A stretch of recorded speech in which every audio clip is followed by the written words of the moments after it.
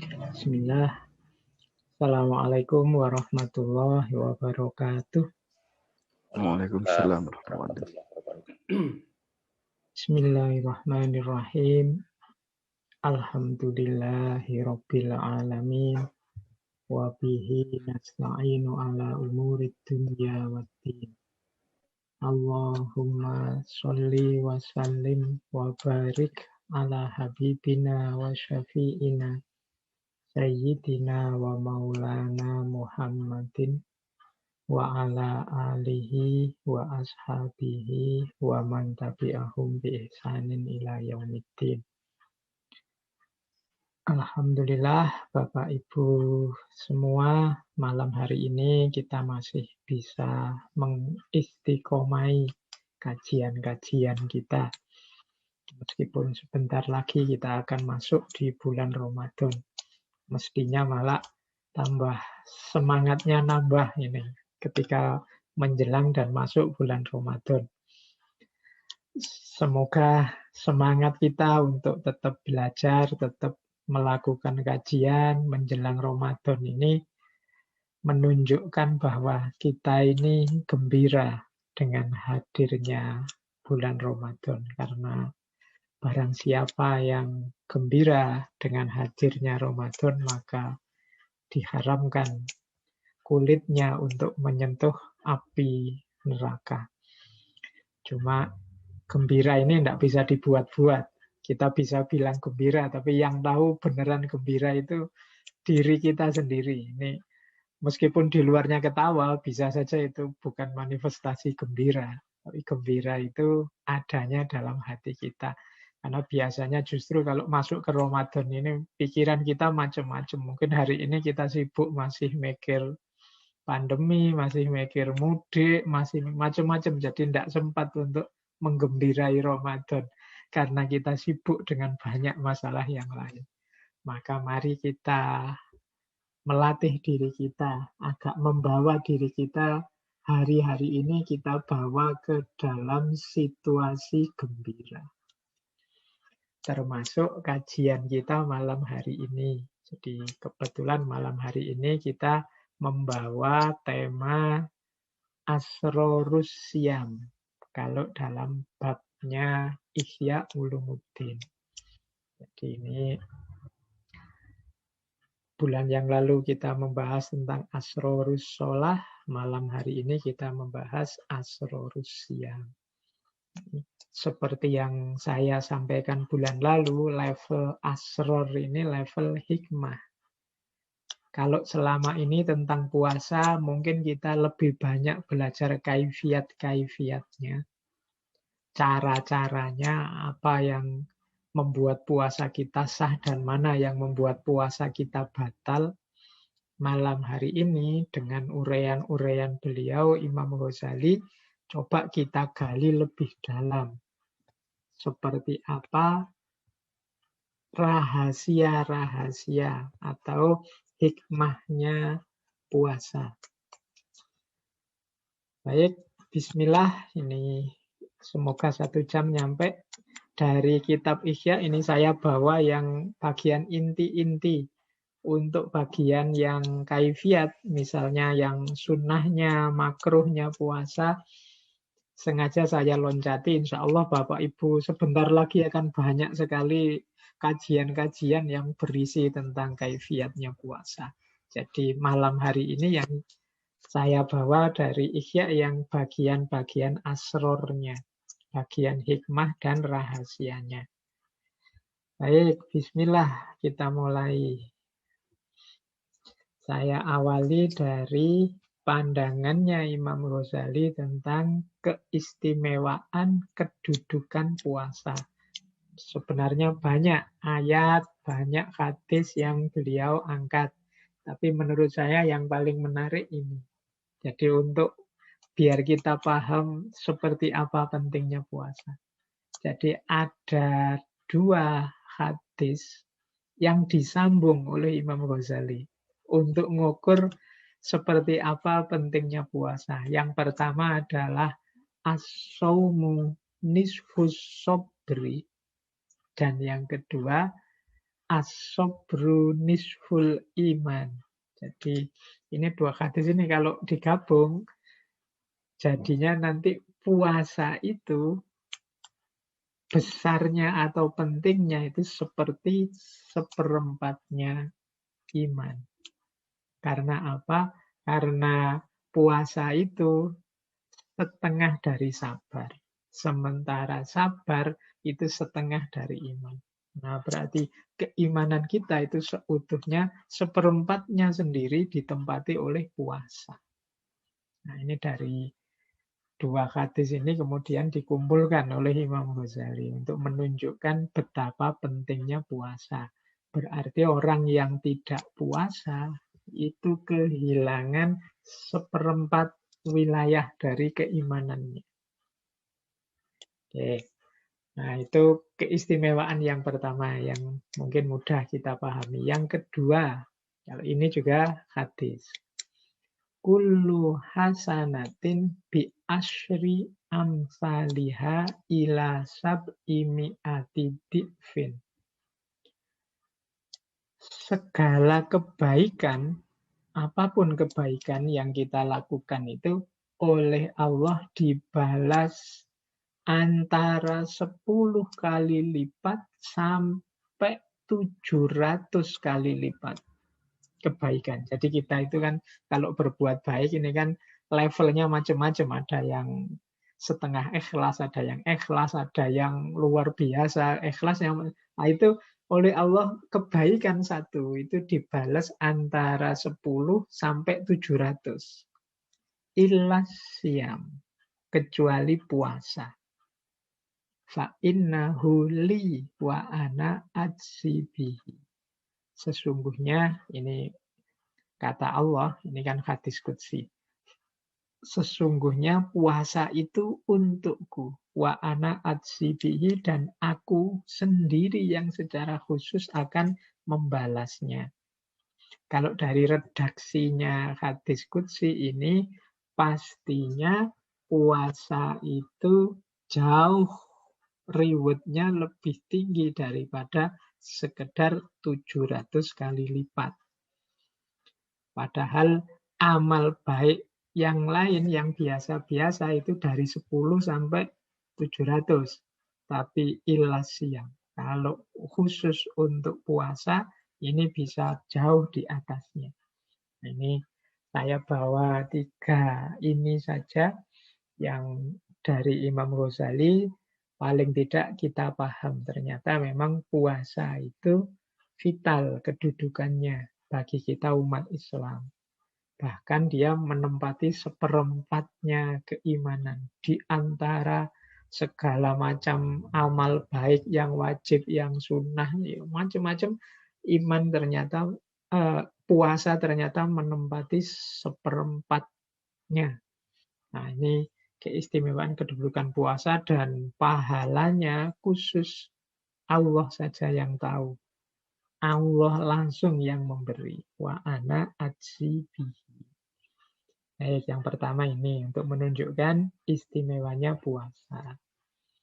Yang kedua, nah ini kekhususannya puasa. Atau mungkin pakai bahasa kita, uniknya puasa. Apa yang istimewa, yang khusus dari puasa? Yang pertama adalah uniknya puasa apa? Puasa itu ibadah atau perintah yang isinya mencegah dan meninggalkan. Ini unik, karena biasanya perintah itu kan untuk melakukan sesuatu. Biasanya kita menyebutnya amar ma'ruf dan nahi mungkar. Kalau perintah ya melakukan sesuatu. Kalau nahi atau larangan baru mencegah atau meninggalkan sesuatu.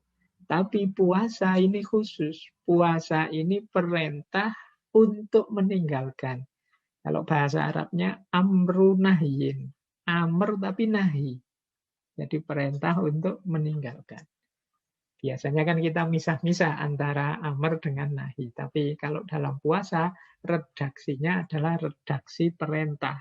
Kutiba alaikumusiyam. Itu kan redaksi perintah, tapi isinya untuk meninggalkan. Biasanya kan kalau untuk yang nahi itu pakai kalimat larangan.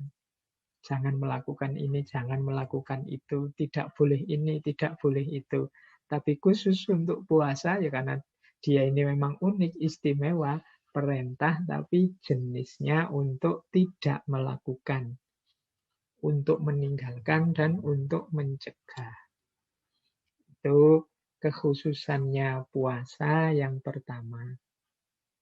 Yang kedua, nah kalau ini para sufi, orang-orang, para arifin yang bisa menangkap dan yang tahu pastinya rahasianya hanya Allah. Jadi di dalam puasa itu ada sirnya, ada rahasia yang ini tidak ada dalam ibadah yang lain.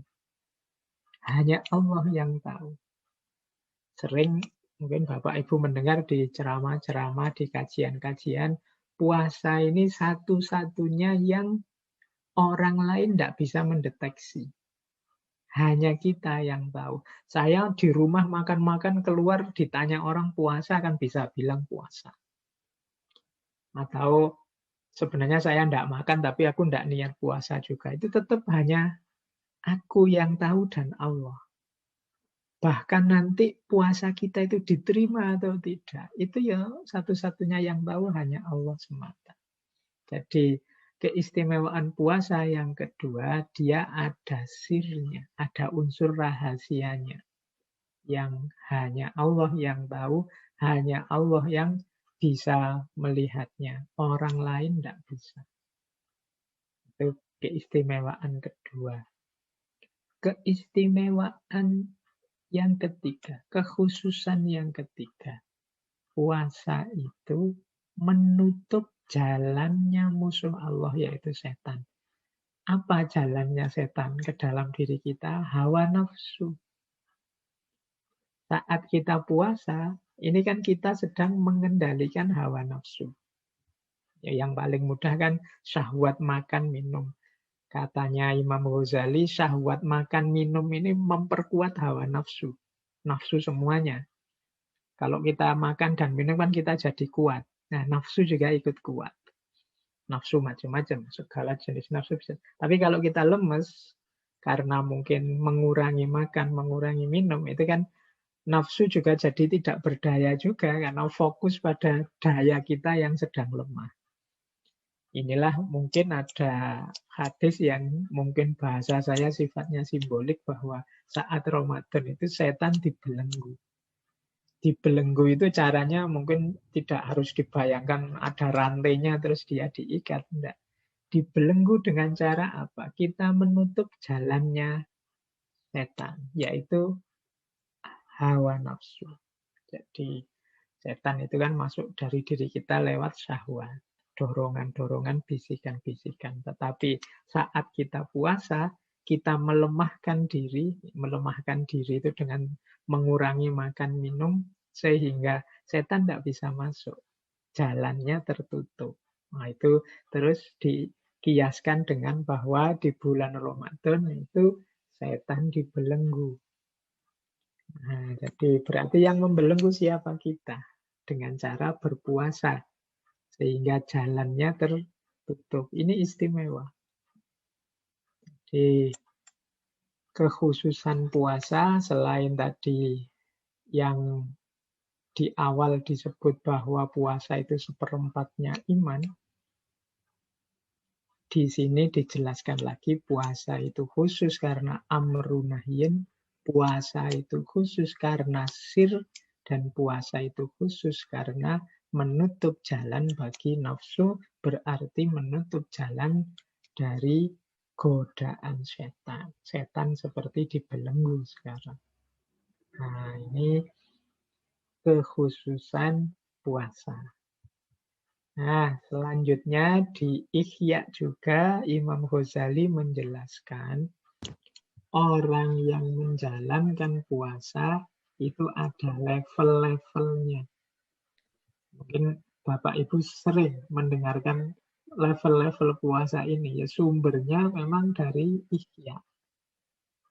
Jadi ada level awam, ada level khawas, ada level khawasul khawas. Jadi level awam itu level umum, orang biasa, mungkin seperti kita ini. Kemudian level khawas dan yang paling tinggi level khawasul khawas. Nanti kita jelaskan satu-satu. Mari kita lihat pelan-pelan. Bedanya apa? Awam, khawas, dan khawasul khawas. Nah, yang pertama level puasanya awam.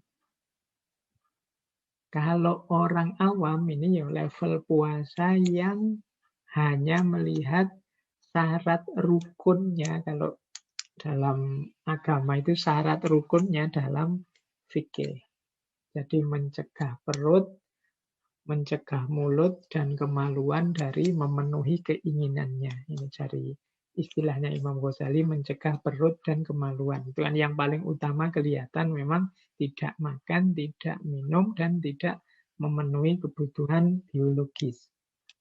Ini puasa level awam. Hanya ini saja yang dilihat. Jadi tidak melihat aspek-aspek yang lain. Yang penting aku tidak makan, aku tidak minum, dan tidak melakukan hubungan. Ini level puasanya orang awam. Kadang-kadang tidak care juga. Puasa tapi sholatnya telat terus. Puasa tapi maksiatnya tetap jalan. Puasa tapi masih sedikit-sedikit bohong, sedikit-sedikit curang. Mulutnya tidak dijaga, menyakiti orang, dan seterusnya. Yang diperhatikan hanya yang penting perut dan kemaluan terjaga. Hanya itu. Nah, ini namanya puasanya orang awam. Kita mungkin, saya tadi bilang, mungkin kita ini levelnya awam. Karena ya sebagian besar kita itu kan kalau puasa sejak tiap bulan Ramadan, sejak tahun-tahun kemarin, ya yang kita perhatikan hanya aspek ini. Aspek yang penting posonya tidak batal.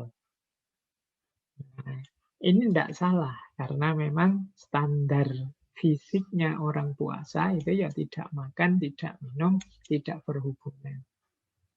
Nah, cuma ini level puasa yang paling dasar. Untuk tidak mengatakan paling rendah. Puasa yang seperti ini nanti kalau kita tidak berusaha naik level, jadinya seperti sindirannya Nabi. Yaitu kam min so'imin laisa lahu min siyamihi illal ju' wal atos. Jadi berapa banyak orang berpuasa tidak mendapat apa-apa dari puasanya selain lapar dan haus. Jadi hasilnya puasa apa? Ya lapar dan haus itu. Turunnya berat badan mungkin. Di luar itu tidak dapat apa-apa. Ini level puasa dasar. Namanya level untuk orang awam. Tidak memperhatikan anggota tubuh selain mulut, perut, dan kemaluan. Hanya ini yang dijaga. Yang lain sudah lost. Matanya tidak dijaga, telinganya tidak dijaga, mulutnya ngomongnya juga tidak dijaga. Berarti kehilangan banyak keutamaan-keutamaannya puasa yang nanti dijelaskan di belakang. Nah, kalau bisa, mari kita naik ke level puasa yang kedua, yaitu puasa khawas. Puasa orang-orang khusus. Puasa khusus ini intinya tidak hanya menjaga perut, menjaga kemaluan saja, tapi semua anggota tubuhnya dijaga dari dosa, dari maksiat. Jadi orang puasa di level khusus ini tidak hanya mewaspadai yang penting aku tidak makan dan minum dan tidak berhubungan seks biar puasaku tidak batal, tapi juga tidak melihat yang dilarang, tidak mendengar yang dilarang, lidahnya juga tidak mengeluarkan sesuatu yang dilarang, tangan kakinya tidak melakukan sesuatu yang maksiat, dosa, dan dilarang. Nah, jadi menurut Imam Ghazali, orang-orang yang ada di tingkat khusus ini puasanya sepenuh hati sadar. Dan orang-orang ini nanti yang bisa menikmati puasa. Mendapatkan banyak hikmah dari puasa. Jadi tidak hanya sekedar dapat lapar dan haus. Jadi ini level puasanya orang yang khusus. Ini khusus itu nama lain dari serius puasa. Ini kita kan tadi saya bilang sudah bertahun-tahun, mungkin puluhan tahun kita puasa. Tapi mungkin kita heran, harusnya ketika kita sudah puluhan tahun puasa, kita bisa menikmati manfaatnya puasa atau mendapat banyak manfaat dari puasa. Tapi kok rasanya masuk bulan Ramadan dan nanti keluar dari Ramadan kok tidak ada yang berubah. Kemungkinan karena kita tidak naik level dari awam ke khusus. Jadi ketika kita tidak naik level dari awam ke khusus, ya berarti puasanya level awam saja. Sehingga manfaat dan hikmah puasa yang luar biasa banyak tidak kita peroleh. Kalau kita naik ke level khusus ini, berarti kita melatih mata, melatih telinga, melatih lidah, tangan, kaki, untuk selama sebulan penuh kita biasakan dalam kebaikan. Harusnya kalau sebulan dilatih, keluar dari Ramadan, kita jadi manusia yang terlatih seluruh anggota tubuhnya. Mengapa kok rasanya tidak terlatih juga keluar dari Ramadan? Ya kemungkinan kita tidak pernah secara sangat serius menghayati puasa kita.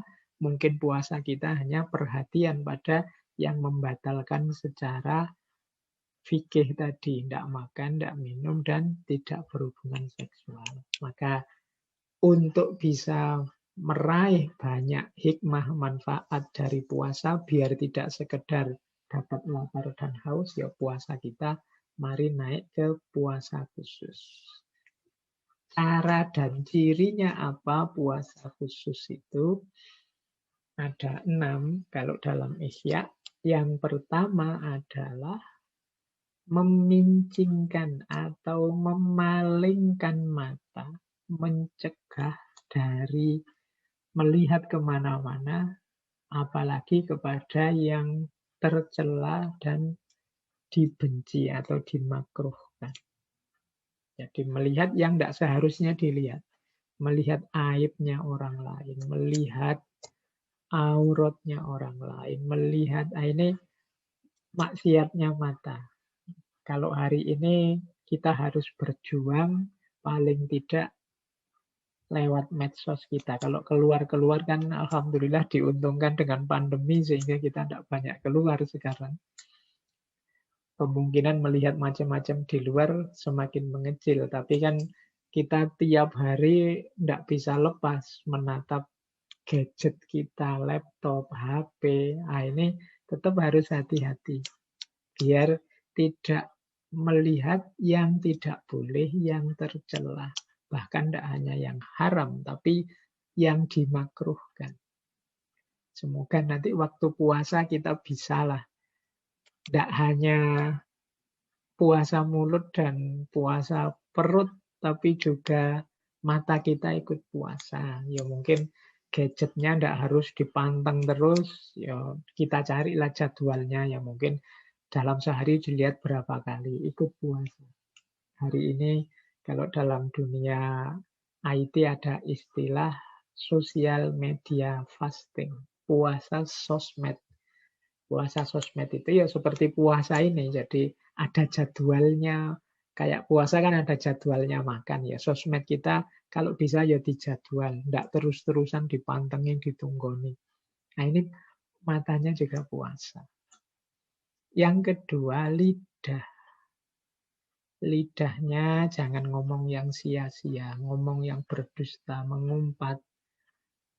Istilahnya Imam Ghazali menjadi lalat atau lalat merah, suka menghibah, ngomong orang lain secara jelek, berkata-kata keji, atau ngomong yang membuat orang pisah, membuat orang renggang hubungannya, mancing orang, memprovokasi orang sehingga dia benci pada sesuatu atau seseorang.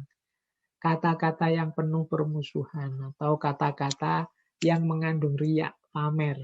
Nah, ini lagi-lagi menurut saya tantangan berat hari ini, yang kedua ini ya tetap lewat medsos, lewat HP, smartphone kita. Itu kan media hari ini yang mungkin mulut kita diam, tapi jempol kita aktif sekali untuk istilahnya Imam Ghazali menjadi lalat merah. Kadang-kadang kita juga ngomong yang memprovokasi orang untuk memusuhi seseorang atau memusuhi sesuatu. Atau riak, pamer. Kita kan tradisi hari ini kan banyak selfie-selfie. Itu kalau tidak hati-hati jatuhnya bisa riak. Nah, nanti kalau kita puasa, semoga bisa menjaga ini, menjaga lidah. Yang ketiga, menjaga pendengaran. Dari mendengarkan segala yang haram dan yang makruh. Menurut Imam Ghazali, semua yang haram diucapkan adalah haram didengarkan. Mungkin kita alasan, Pak, saya kan tidak pernah posting, Pak. Saya tidak pernah ngomong apa-apa. Saya cuma baca saja, saya mendengar saja orang maki-maki, orang berdusta, orang mengumpat. Nah, menurut Imam Ghazali, mendengarkan yang haram diucapkan itu juga haram. Berarti mendengarkan yang haram, berarti yo ikut dosa kita. Ini dalilnya apa? Misalnya Imam Ghazali mengambil surat Al-Maidah ayat 42 itu. Sama unalil kadhibi akaluna lisuhat. Jadi mereka orang-orang yang suka mendengar untuk berdusta dan memakan yang haram. Jadi sebagaimana memakan makanan haram, mendengarkan yang haram juga itu sama. Sama-sama mengkonsumsi yang haram. Jadi kalau ada orang menggosip, ada orang provokasi, ada orang maki-maki, ada orang mengumpat, berdusta, itu kalau bisa tidak perlu didengarkan. Karena sebagaimana memasukkan makanan yang tidak halal dalam diri kita itu haram, ya mendengarkan yang haram juga haram. Jadi ini petunjuknya dari Imam Ghazali. Mungkin kita juga kan sebagian besar insya Allah yang malam hari ini ikut kajian bukan orang yang aktif melakukan dusta, mengumpat, dan macam-macam. Tapi saya tidak jamin kita hari ini bisa menghindar dari umpatannya orang, dusta, hoax, macam-macam. Karena kita tidak bisa lepas dari medsos kita, gadget kita. Maka memang mungkin saatnya Ramadan besok kita latihan untuk puasa medsos juga, tidak hanya puasa makan dan minum. Ada juga dalil yang dipakai Imam Ghazali. Beliau mengatakan bahkan berdiam diri mendengarkan umpatan orang itu juga haram.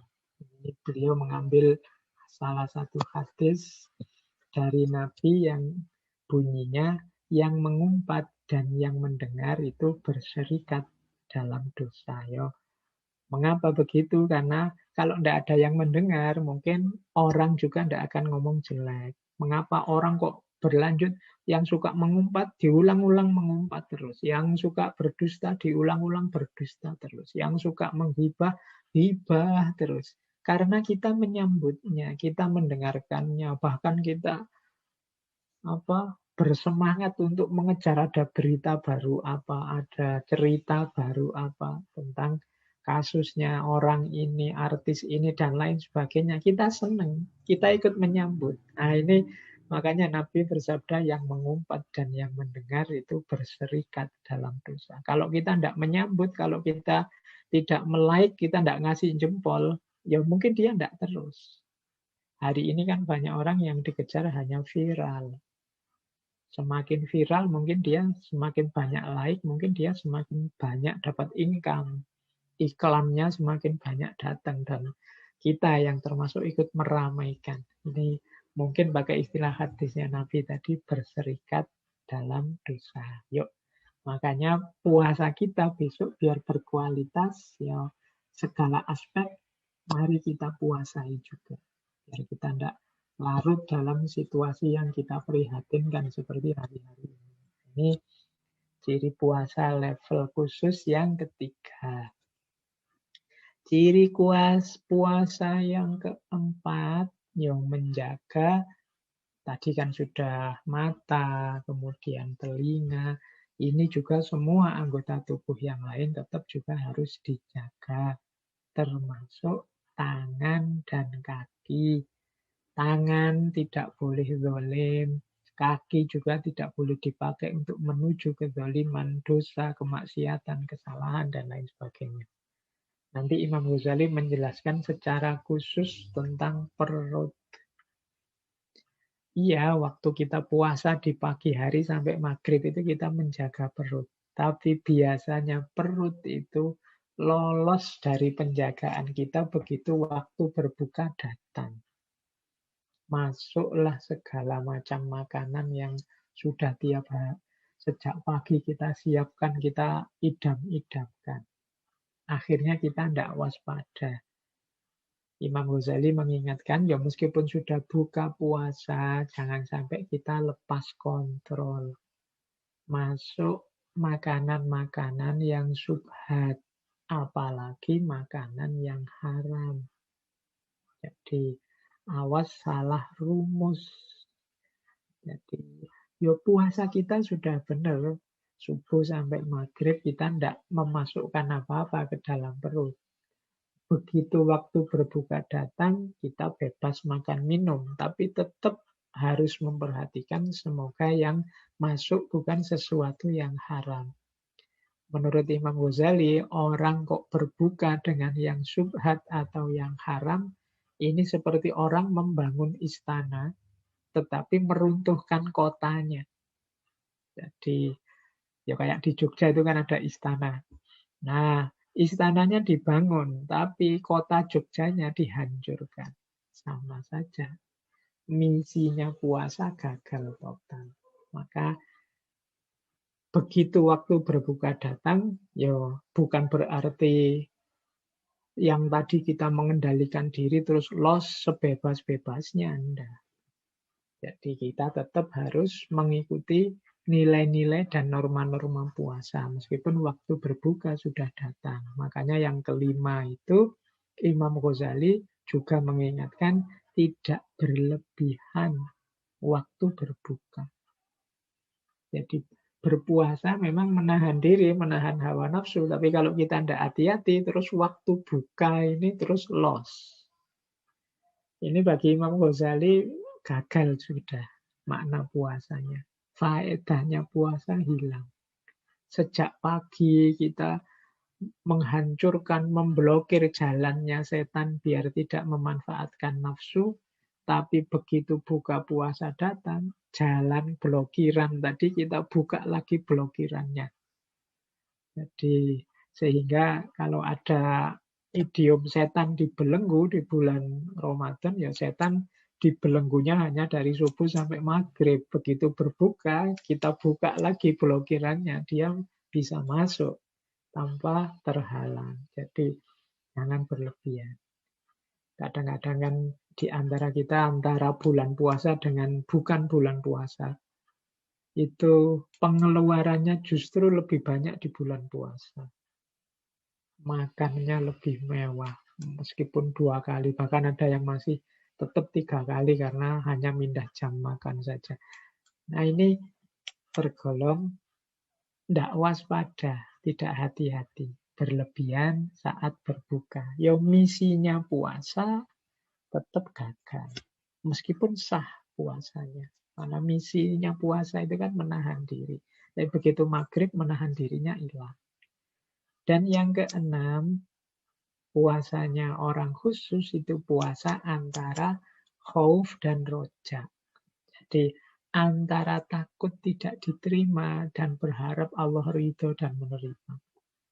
Jadi ini penting, setiap kali kita selesai puasa menurut Imam Ghazali saat berbuka, semoga muncul khauf dan roja. Jadi, ya Allah, puasaku ini diterima apa enggak ya? Semoga engkau ridho, semoga engkau menerima puasaku. Ini harus muncul. Karena kadang-kadang kita itu begitu menahan diri, datang waktu berbuka, yang lahir kan bukan khauf dan roja, tapi rasa bebas. Wah, bebas sekarang bisa makan, bebaslah sekarang aku bisa minum. Nggak. Menurut Imam Ghazali ya kalau maghrib datang itu yang muncul harus takut dan harapan. Ya sebenarnya di setiap ibadah itu pamungkasnya harus takut dan harapan. Takut tidak diterima dan berharap diterima, makbul, diridhoi oleh Allah.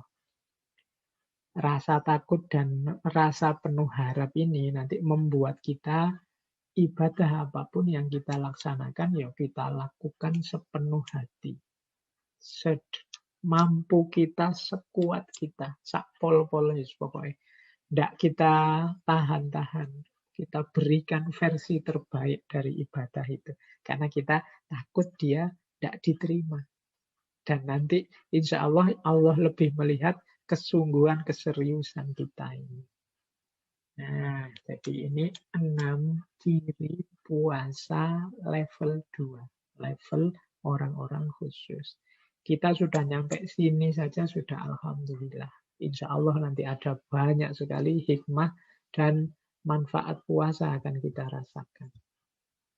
Lebih alhamdulillah lagi kalau kita bisa masuk level paling tingginya puasa, yaitu puasa khawasul khawas. Ini menurut Imam Ghazali levelnya para nabi, para siddiqin, dan juga para muqarrabin. Ini para aulia, para ulama yang sudah mencapai makom tinggi dalam menjalankan syariatnya agama. Istilahnya muqarrabin, orang-orang yang dekat dengan Allah. Siddiqin, orang yang hidupnya berciri kebenaran. Nah, puasa kalau di khawasul khawas itu tidak lagi berjuang dari maksiat dan dosa. Tapi sudah level perjuangan dari melalaikan Allah saja itu dianggap batal. Jadi batinnya sudah berupaya agar Allah selalu ada dalam kesadarannya. Tidak hanya mikir yang duniawi, tidak sibuk dengan pengendalian diri tadi. Dirinya sudah sangat terkendali dan sekarang sibuknya adalah mempertahankan kesadaran agar Allah selalu hadir dalam dirinya, dalam pikirannya, dalam hatinya. Ini puasanya khawasul khawas. Bagi kelompok ini, lalai dari ingat pada Allah saja dianggap menghancurkan nilai puasanya. Ya, meskipun secara fikih sebenarnya ya tetap sah puasanya, tapi bagi khawasul khawas ini, bagi mereka puasa yang sia-sia. Kalau saat puasa masih berpikir, masih menghayati hal lain selain Allah. Jadi kalau yang khawasul khawas ini pikirannya, hatinya, dirinya, sibuknya hanya Allah saja. Cirinya apa puasa khawasul khawas itu? Mereka merasa menganggap puasanya tidak berarti, puasanya batal kalau fokus pada yang duniawi sehingga lupa pada Allah. Loh kalau gitu berarti tidak peduli dunia sama sekali. Loh, dunia ya, tapi hanya dalam hal-hal yang mendukung kedekatan dan ingat kita kepada Allah. Jangan sampai sibuk dengan dunia yang justru menjauhkan kita dari Allah. Jadi orang-orang ini pokoknya batin pikirannya isinya hanya Allah saja. Makanya mereka ada ilustrasi dari Imam Ghazali. Orang-orang ini bahkan berpikir yang tidak penting dari puasa saja itu bagi mereka sudah menghancurkan makna puasa, membatalkan puasa. Misalnya mikir kebutuhan berbuka puasa. Aku nanti bisa buka apa enggak ya? Bisa makan enak apa enggak ya? Bukaku apa ya? Sampai akhir bulan kira-kira nutup enggak ya gajiku untuk buka puasa? Yang kayak gini, ini ilustrasi dari Imam Ghazali. Yang kayak gini ini dianggap merusak pahalanya puasa, bahkan dianggap membatalkan puasa. Ini bagi khawasul khawas. Ada kalimat di situ yang saya kutip dari Imam Ghazali, yaitu barang siapa yang tergerak pikirannya dengan memikirkan bahan buka puasanya pada siang hari, niscaya dituliskan satu kesalahan kepadanya. Karena yang demikian itu termasuk kurang kepercayaan kepada karunia Allah Azza wa Jalla dan kurang yakin dengan rizki yang dijanjikan. Jadi sibuk besok mau buka apa, sibuk hari raya sudah ada uangnya apa belum. Pokoknya sibuk yang seperti ini kan sibuk tentang keduniaan. Ini merusak pahala puasa bagi kelompok khawasul khawas. Jadi mereka bahkan mungkin merasa puasaku ini tidak ada gunanya, puasaku ini batal mungkin. Karena mikir yang duniawi. Ini keluhan seperti ini kan sama dengan meragukan Allah yang maha kuasa, yang maha mampu apa saja. Dan tidak yakin bahwa kalau Allah sudah membagi rizki, ya kalau memang jatah kita, tidak akan kemana-mana rizki itu. Nah, kekurang yakinan ini bagi mereka sudah mengurangi dan merusak pahalanya puasa. Nah, inilah cirinya khawasul khawas. Baik. Nah, ini esensinya puasa kemudian. Menurut Imam Ghazali, ya kita selama ini ngerti esensinya puasa itu imsak, menahan diri. Nah, ini ada beberapa isyarat dalam Ihya yang saya tambah penjelasannya dari kitabnya beliau yang lain, yaitu Kimia Usa'adah, kimia kebahagiaan. Jadi nanti sebenarnya teori ini ada di Ihya bagian akhlak, tapi saya bawa ke sini bagian puasa biar kita tahu yang dikendalikan itu ini sebenarnya. Puasa itu kan imsak. Imsak itu menahan diri. Nah, apa sih yang kita tahan, yang kita kendalikan saat puasa? Ada 3 unsur dalam diri kita yang harus terkendali. Yang pertama, unsur bahimiyah. Yang kedua, unsur sabuiyah. Dan yang ketiga, unsur natikoh. Bahimiyah itu dari kata-kata bahimah. Artinya binatang ternak. Berarti kita saat puasa harus mampu mengendalikan unsur binatang ternak. Ini yang tadi kita sebut syahwat. Binatang ternak itu kan yang dilakukan sehari-hari hanya 3. Makan, minum, berkembang biak. Kita yang menjamin makan minumnya, nanti mereka kawin, beranak. Kalau kita berternak kan begitu fokusnya. Ini kan unsur bahimia. Dalam diri kita juga ada itu. Jenisnya namanya syahwat. Nah, puasa di level fikih yang tadi kita sebut awam, itu yang dikendalikan hanya bagian bahimiyah ini saja. Tapi unsur-unsur yang lain, sabuiyah dan natikoh, tidak terlalu diperhatikan. Nah, orang yang mampu mengendalikan unsur kebinatangan atau bahimiyah dalam dirinya, orang ini nanti punya karakter namanya iffah. Iffah itu mungkin kalau diterjemahkan dalam bahasa Indonesia, orang yang terjaga atau terhormat. Orang itu kan yang mampu mengendalikan syahwatnya kan orang yang terhormat. Yang lain akan respect padanya. Karena hidup tidak hanya fokus pada makan, minum, atau seks saja. Tapi dia bisa mengendalikannya. Orang seperti ini kan orang yang di masyarakat kita melihatnya juga orang yang mulia, terhormat.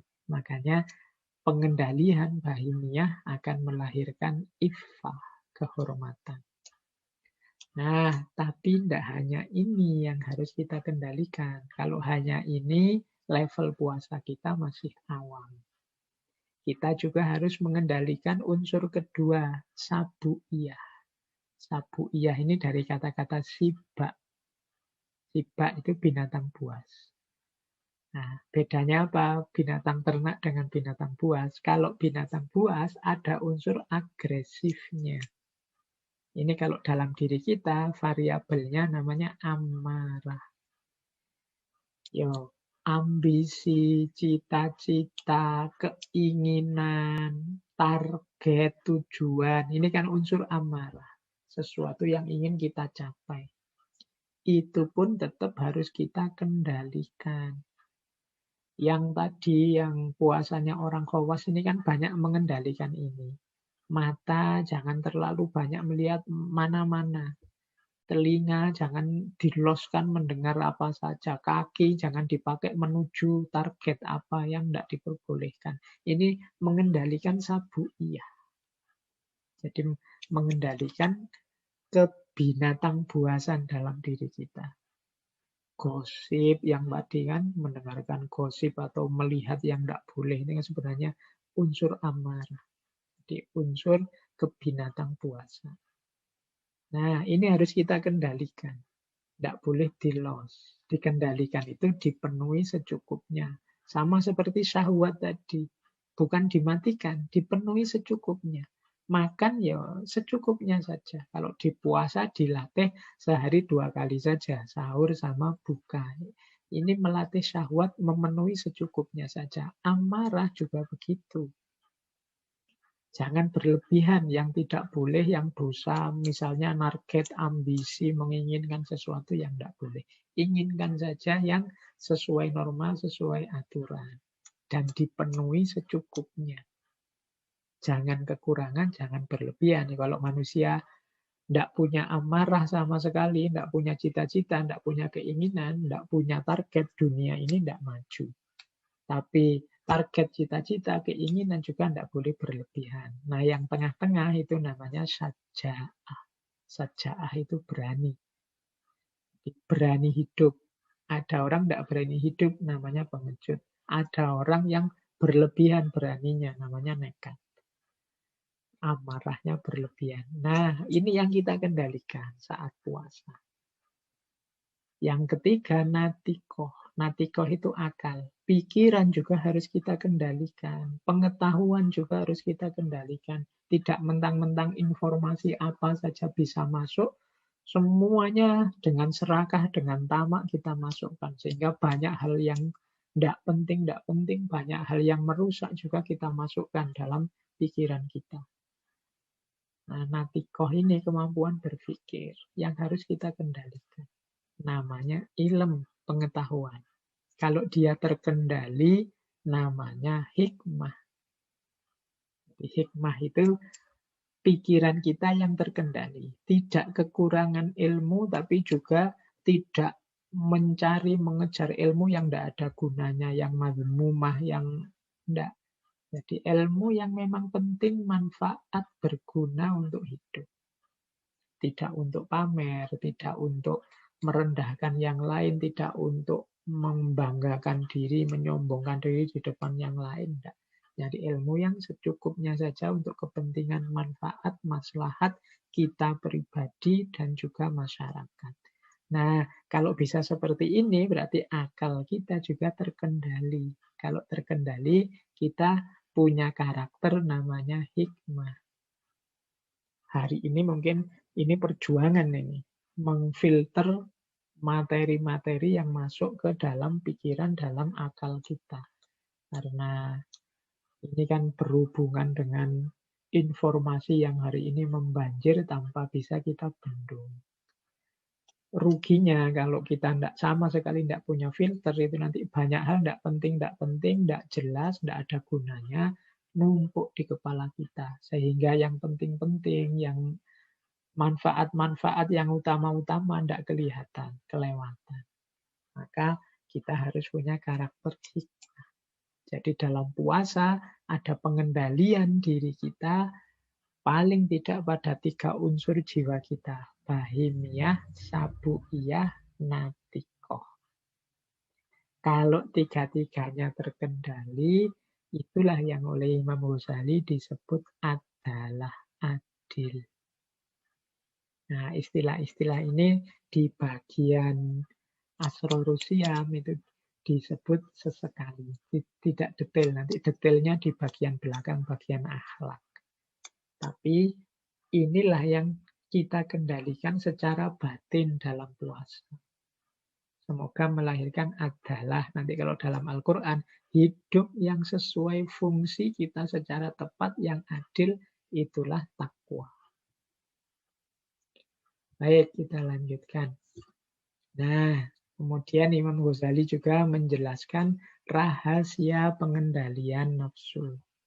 Mengapa sih kita harus mengendalikan nafsu? Ini menggunakan logika, beliau menjelaskan. Menarik, menurut Imam Ghazali, kita ini manusia. Derajatnya lebih dari hewan. Kita itu di atas hewan. Mengapa? Karena kita punya akal. Tetapi kita levelnya di bawah malaikat. Mengapa? Karena kita punya nafsu. Kalau malaikat tidak punya nafsu. Jadi manusia itu di tengah-tengah. Di atas hewan, di bawah malaikat. Ini kalau dalam kondisi normal. Kuncinya ada pada akal dan nafsu. Kalau manusia terjerumus ke dalam hawa nafsu saja, disinilah dia derajatnya turun ke level hewan. Tapi kalau dia bisa mengatasi nafsunya, mengendalikan nafsunya, maka dia levelnya bisa terangkat naik ke level setingkat malaikat. Mengapa? Karena malaikat itu lebih tinggi dari manusia karena tidak ada hawa nafsunya. Tapi berarti kalau kita bisa mengendalikan hawa nafsu kita naik setingkat dengan malaikat. Tapi kalau kita justru dikuasai hawa nafsu, kita terjerumus ke level hewan. Nah, puasa ini kan menyuruh kita, mengajari kita mengontrol nafsu, mengontrol jiwa hawa nafsu kita. Berarti puasa yang sukses itu membuat kita lebih dekat dengan Allah. Mengapa? Karena kita setingkat malaikat. Sementara malaikat itu dekat dengan Allah. Karena perilaku kita selevel dengan malaikat, kita juga berarti dekat juga dengan Allah sebagaimana para malaikat. Jadi ini logikanya Imam Ghazali, mengapa sih rahasianya apa kok kita harus mengendalikan hawa nafsu. Tugas kita di dunia ini kan kembali pada Allah, ilaihi roji'un. Kuncinya ternyata ada dalam penguasaan kita terhadap hawa nafsu. Kalau kita mampu menguasai hawa nafsu, kita akan lebih dekat pada Allah. Mengapa? Kita setingkat malaikat. Karena yang membuat kita tidak selevel dengan malaikat itu adanya hawa nafsu kita. Nah, sekarang kita sudah menguasai hawa nafsu, berarti kita sudah ke tingkat malaikat.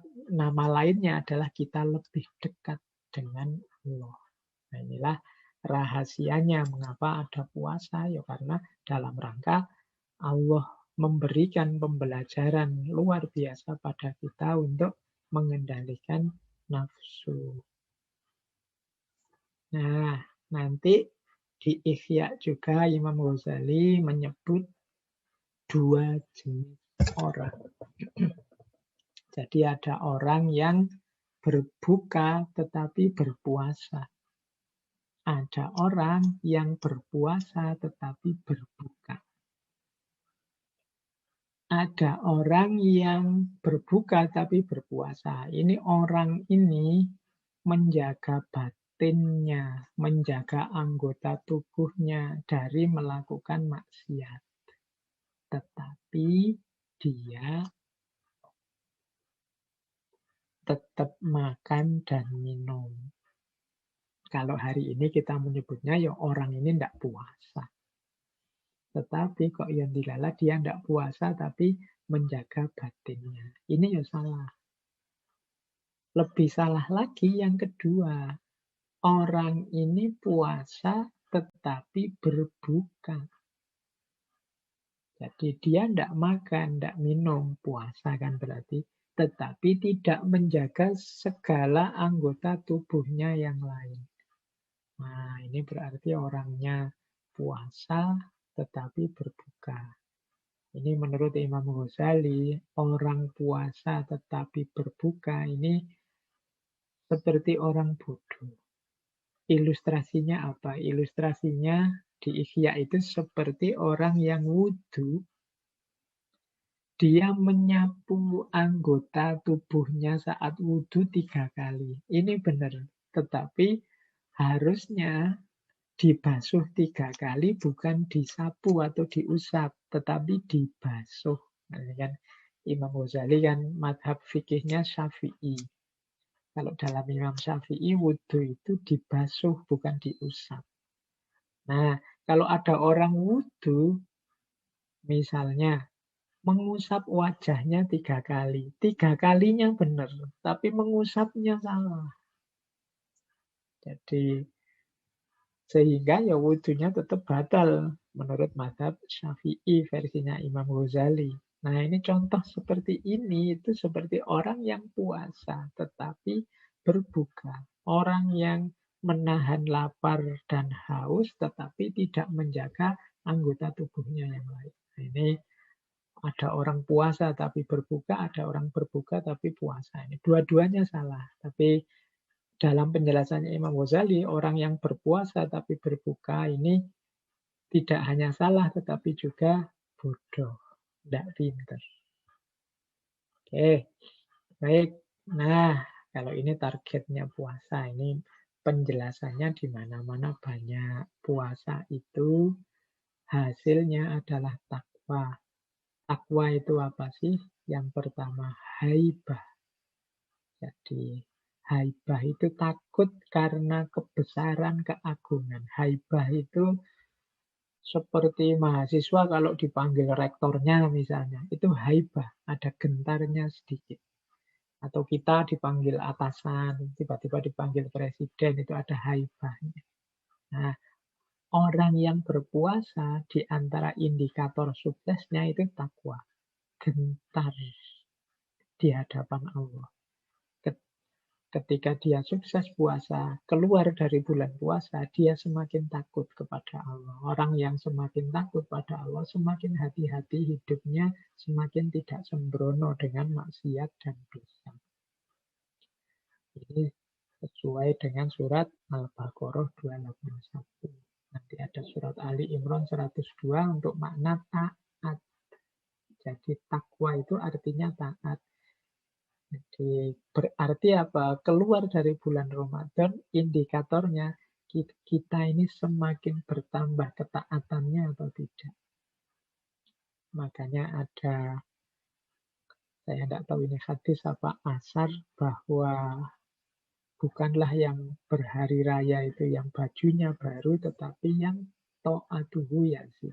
Jadi laisal itu liman labisal jadid, walakinnal itu liman ta'atuhu yazid. Jadi bukanlah Idul Fitri itu bagi orang yang bajunya baru, tapi Idul Fitri itu bagi yang ketaatannya bertambah. Ketaatan bertambah menunjukkan orang ini memang bertakwa. Orang semakin takwa menunjukkan puasanya sukses. Itu indikator kedua. Indikator ketiga, sucinya hati dari dosa. Jadi otomatis dengan berpuasa, segala aktivitas tadi dari awam naik ke khawas, apalagi kalau sudah sampai khawasul khawas, kita keluar dari bulan puasa itu pasti bersihkan. Tidak mungkin tidak. Jadi, di banyak kajian, banyak ceramah kan disebut bulan pertama puasa itu adalah maghfirah, ampunan. Pertama rahmat, kemudian maghfirah, kemudian itqum minan nar, bebas dari neraka. Mengapa? Tersucikan. Jadi hatinya tersucikan dari dosa-dosa. Ini targetnya puasa. Jadi boleh nanti dilihat setelah puasa selesai, kita semakin takut, semakin